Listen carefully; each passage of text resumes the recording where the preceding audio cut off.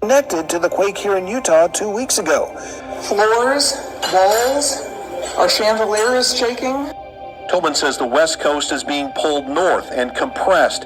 It creates a rotational effect east to that part of Idaho, which instead of being squeezed is actually being stretched and expanded. So far this year, we tragically lost Kobe Bryant. Sports has been canceled. The coronavirus has us isolated inside our own homes, and now an earthquake. Can we just start 2020 over? And I know I'm not the only one who feels this way. Some years are like this and some years are calm, and you never know. This is Mecca after the Saudi authorities imposed a full lockdown. Islam's holiest site is always packed with pilgrims throughout the year. But these are extraordinary times. These farmers in eastern Kenya's Kitui County are running out of time. They were invaded by millions of desert locusts that used their farms to breed.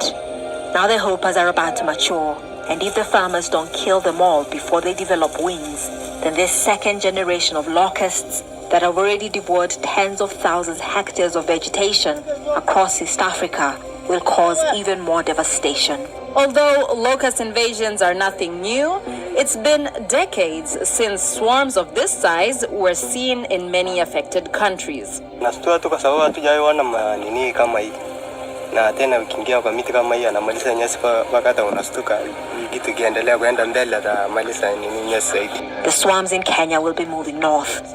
In the region, countries such as Ethiopia, Somalia, South Sudan, Eritrea, and Djibouti will be hit hard as the locusts head toward the Arabian Peninsula. Some farmers are concerned that with the onset of coronavirus, many governments will divert resources meant to deal with the locusts. A locust swarm can cover hundreds of square kilometers. It's not uncommon for a swarm to be as big as the size of a major city. And 1 square kilometer can contain at least 40 million locust adults. What's more, in just a single day, these hungry insects can eat the same amount of food that 35,000 human beings would be capable of. The current desert locust outbreak took the countries in the Horn of Africa by surprise. Somalia hasn't seen this amount of locusts in the last 25 years. For Kenya, it's the worst outbreak in 70 years. The scale of the locust invasion has overwhelmed these countries. We start with breaking news. A 5.3 magnitude earthquake just hit an area that's just north of Yosemite. Right now, there are no reports of any injuries or damage. Again, a 5.3 magnitude earthquake this morning in Central California. We'll continue to follow this story throughout the morning. A 5.3 magnitude earthquake hit near the California-Nevada border this morning at 7:36. The epicenter was 31 miles northeast of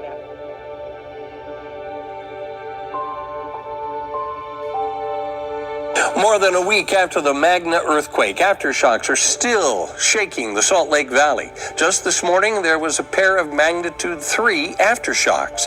They're the latest in a string of hundreds. And Bob, all that shaking is causing some anxiety for folks. And it shows that while the rate of quakes is slowing, we'll likely continue to have aftershocks for a while. The 3.3 magnitude around 10:15 this morning was among over 30 aftershocks just Thursday. The floor jumped and lifted for a few seconds. There have been more than 560 aftershocks in just the last 8 days.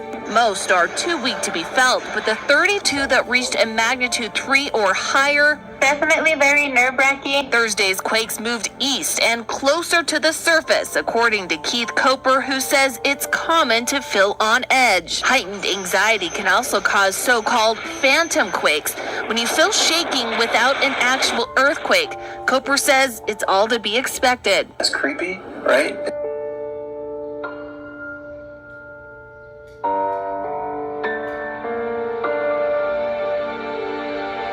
Says it's different from what happened here in Utah on March 18th.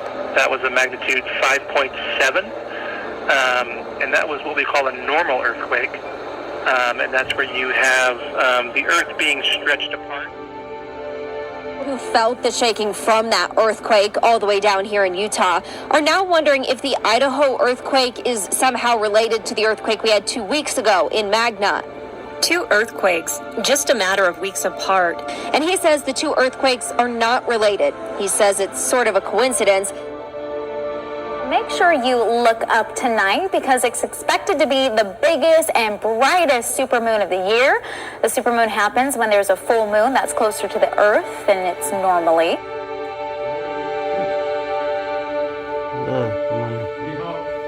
You know.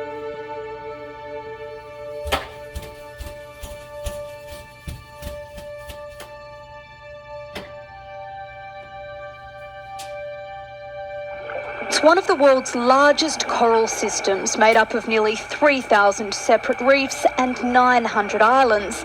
The Great Barrier Reef attracts huge numbers of tourists every year, but this underwater treasure is at risk of disappearing due to coral bleaching.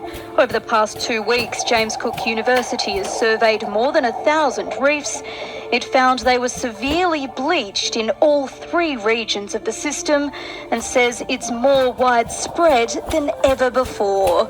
This is the 3rd time it's happened in the past 5 years. If this continues and we're seeing these mass bleaching events every few years, there just will not be the opportunity for the corals to recover in between these major disturbances. It really is unprecedented, and when we think about what the Great Barrier Reef gives Australia, it's its cultural heritage, it's iconic, and the tourism industry, all of these facets we will lose instantly if we have another bleaching event of these magnitudes.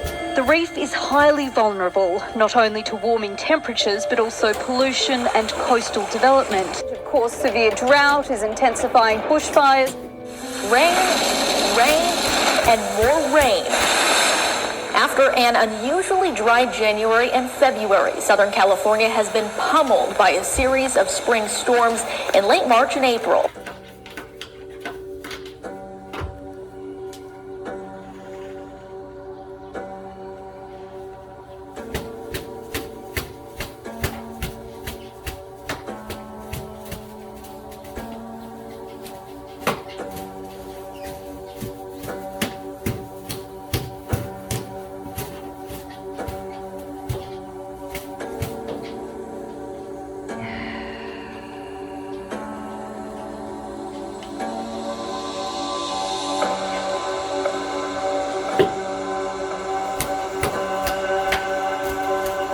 An unprecedented response to a virus unknown to the world just a few months ago.